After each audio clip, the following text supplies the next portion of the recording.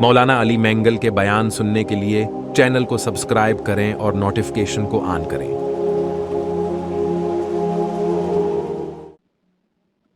بسم اللہ الرحمن الرحیم۔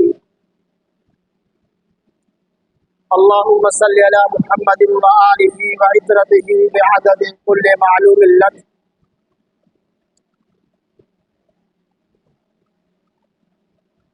نبی صلی اللہ علیہ وسلم کی زوجہ محترمہ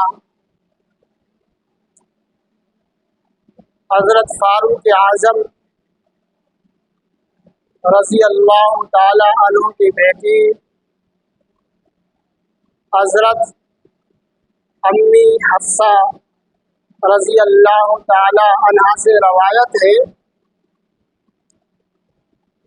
کہ 4 چیزیں ہیں کہ نبی صلی اللہ علیہ وسلم نے کبھی بھی ان کو ترک نہیں فرمایا، ترک نہیں کیا، یعنی نہیں چھوڑا۔ کتنے چیزیں؟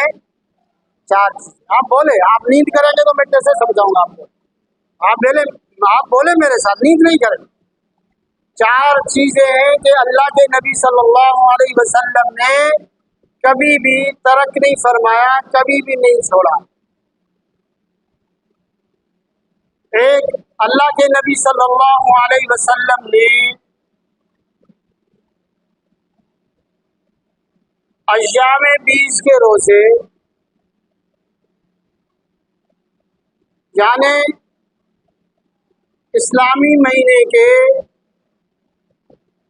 چاند کے 13، 14 اور 15 تاریخ کا روزہ ہر مہینے میں، اللہ کے نبی صلی اللہ علیہ وسلم چاند کے ہر مہینے میں 13 تاریخ، 14، 15 کا روزہ رکھتے تھے۔ اللہ کے نبی صلی اللہ علیہ وسلم نے یہ روزے کبھی بھی نہیں چھوڑے، کبھی بھی ترک نہیں فرمایا۔ ان روزوں کو ایام 20 کے روزے کہتے ہیں، یعنی روشنی کے روزے، کیونکہ چاند کی 13 تاریخ کو، 14 تاریخ کو، 15 تاریخ کو آسمان میں روشنی ہوتی ہے، اس لیے 20 کا معنی ہے روشنی، یعنی روشنی کے روزے۔ تو ہر مہینے میں اللہ کے نبی صلی اللہ علیہ وسلم یہ روزے رکھا کرتے تھے۔ دوسرے نمبر پر اللہ کے نبی صلی اللہ علیہ وسلم نے فجر کی 2 رکعت سنتیں، فجر کی فرض نماز سے پہلے جو 2 رکعت سنتیں ہیں، کہ اللہ کے نبی صلی اللہ علیہ وسلم نے ان کو کبھی بھی نہیں چھوڑا، کبھی بھی ترک نہیں کیا اللہ کے نبی صلی اللہ علیہ وسلم نے۔ اس کے بعد اللہ کے نبی صلی اللہ علیہ وسلم جب ہجرت کر کے مدینے آئے، مدینے میں یہودی بھی رہتے تھے، مدینے میں کیا رہتے تھے؟ یہودی بھی رہتے تھے۔ تو یہودی 10 محرم کا روزہ رکھتے تھے۔ اللہ کے نبی صلی اللہ علیہ وسلم کو پتہ چلا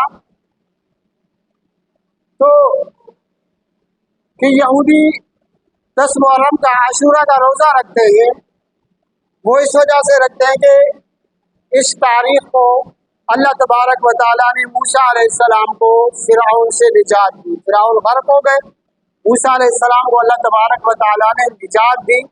تو اللہ کے نبی نے فرمایا یہودیوں کے مقابلے موسیٰ کے ہم زیادہ قریب ہیں، تو ہم بھی عاشورہ کا روزہ رکھیں گے، مگر ایک روزہ ملا کے رکھیں، 9 اور 10 محرم کا، یا 10 اور 11 محرم کا۔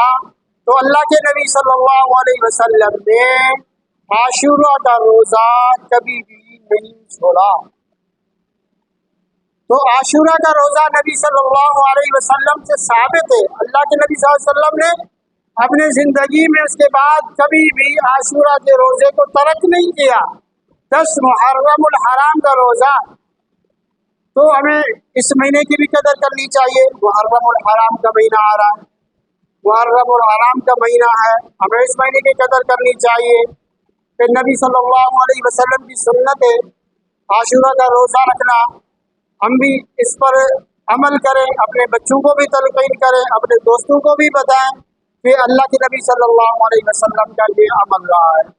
دعا فرمائیں کہ اللہ تبارک و تعالی ہم سب کو عمل کرنے کی توفیق نصیب فرمائے. وما علینا الا البلاغ.